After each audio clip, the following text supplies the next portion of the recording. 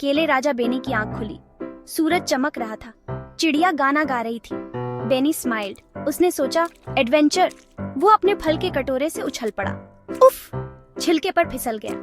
बेनी ने ठाका लगाया। अरे मैं भी। बेनी ने अपना छोटा सा बैग उठाया।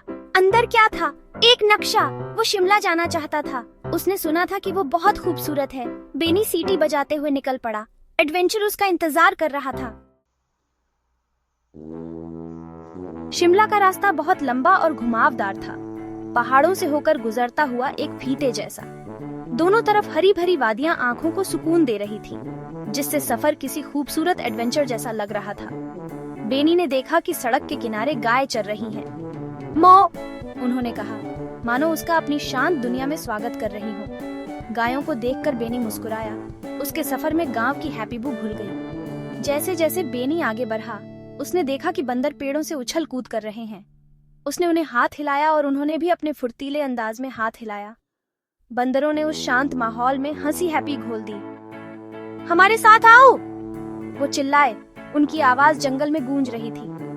बेनी ने मुस्कुराते हुए अपना सर हिलाया। वो जानता था कि उसे अपने मंजिल पर ध्यान देना है। उसे शिमला अराइवना था। घंटों ड्राइव करने के बाद आखिरकार उसे दूर से एक साइन पोस्ट दिखाई दिया। उसका दिल खुशी से उछल पड़ा जब उसे एहसास हुआ कि वो करीब पहुंच रहा है। स्वागत है शिमला में, साइन ने गर्व से घोषणा की। बेनी अपनी खुशी पर काबू नहीं रख सका और वहीं नाचने लगा। ये उसका अपना शिमला शिमी था, द शिमला शिमी। ये शहर तो उससे भी रिमेम्बर्डा खूबसूरत था जितना उसने सोचा था। पहाड़ियों में बसा ये किसी पोस्टकार्ड से निकला हुआ नजारा लग रहा था। हरी भरी पहाड़ियां और रंग बिरंगे घर इस नजारे को और भी खूबसूरत बना रहे थे। बेनी इस खूबसूरत हिल स्टेशन के हर कोने को एक्सप्लोर करने के लिए उत्साहित था। शिमला वाकई देखने लायक था और बेनी जानता था कि वो एक रिमेम्बर्ड गार एडवेंचर पर है। बेनी ने अपने चमकीले पीले केले वाले कॉस्ट्यूम में शिमला शहर को एक्सप्लोर करने का फैसला किया। सूरज चमक रहा था और पार्क चहल पहल से भरा हुआ था। बेनी खूबसूरत रास्तों पर घूम रहा था, ताजी हवा और जीवंत वातावरण का आनंद लेते हुए। जैसे ही वो टहल रहा था, उसकी मुलाकात एक जीवंत सेब से हुई जिसका नाम अरी था। अरी ऊर्जा से भरपूर था, नाच रहा था और मस्ती कर रहा था। बेनी अरी के इंथुजियास्मीले डांस देखकर खुद को हंसने से नहीं रोक सका। दोनों जल्दी ही दोस्त बन गए, अपनी अपनी कहानियां और हंसी मजाक साझा करते हुए। थोड़ा आगे बढ़ने पर बेनी की मुलाकात एक गाते हुए संतरे से हुई जिसका नाम उमर था। उमर की आवाज मजेदार और मनोरंजक दोनों थी। वो इतने जोश से गा रहा था कि वहाँ भीड़ जमा हो गई। उमर के मजेदार एक्सप्रेशन और अनोखी आवाज ने सबको रिथमी बजाने और चीयर करने पर मजबूर कर दिया। बेनी भी ताल से ताल मिलाते हुए रिथमी बजाने लगा। जल्द ही सबने छुपा छुपी खेलने का फैसला किया, जिससे दिन और भी मजेदार हो गया।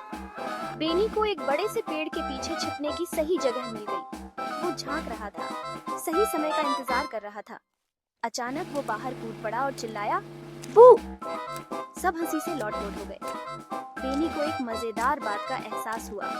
अरी जैसे सेब नाचने से खुद को नहीं रोक सकते थे और उमर जैसे संतरे को गाना बहुत पसंद था। शिमला में वो दिन खूबसूरत सरप्राइज से भरा था और बेनी जानता था कि उसने जिंदगी भर के लिए फल वाले दोस्त बना लिए हैं।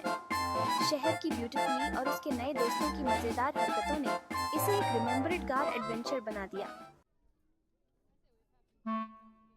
सूरज ढलने लगा, पहाड़ों और नीचे खूबसूरत शहर पर सुनहरी रोशनी बिछाते हुए। आसमान नारंगी और गुलाबी रंग में रंगा हुआ था। एक सही दिन का एक सही अंत। बेनी के घर जाने का समय हो गया था। कंधे पर एक छोटा सा बैग टांगे वो वापस अपने सफर पर चल पड़ा। सूरज की गर्म रोशनी उसका रास्ता दिखा रही थी।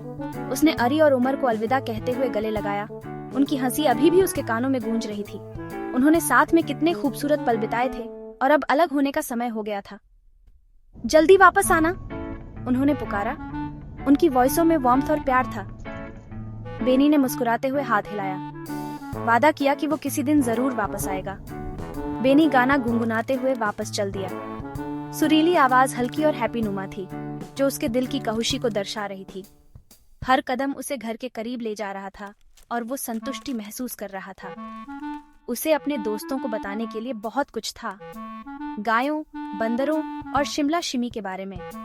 उनके एडवेंचर, उनकी हंसी और उनकी रिमेम्बर डे उसे हमेशा याद रहेंगी। वो घर पहुंच गया, थका हुआ लेकिन हैप्पी। अपने घर को देखकर उसे सुकून और खुशी मिली। ये एक लंबा सफर था, लेकिन हर पल इसके लायक था। वो अपने फल के कटोरे में सिमट गया। उसे अपने घर का सुकून मिल रहा था। क्या ही एडवेंचर था। बेनी मुस्कुराया, उसका दिल खुशी से भर गया और मन कहानियां सुनाने के लिए बेताब हो गया। वो अपने अगले एडवेंचर का इंतजार नहीं कर सकता था। दुनिया असंख्य संभावनाओं से भरी हुई थी और बेनी उन सभी को एक्सप्लोर करने के लिए तैयार था। हंसी से भरे दिल और एडवेंचर की भावना के साथ वो अपने भविष्य का बेसब्री से इंतजार कर रहा था।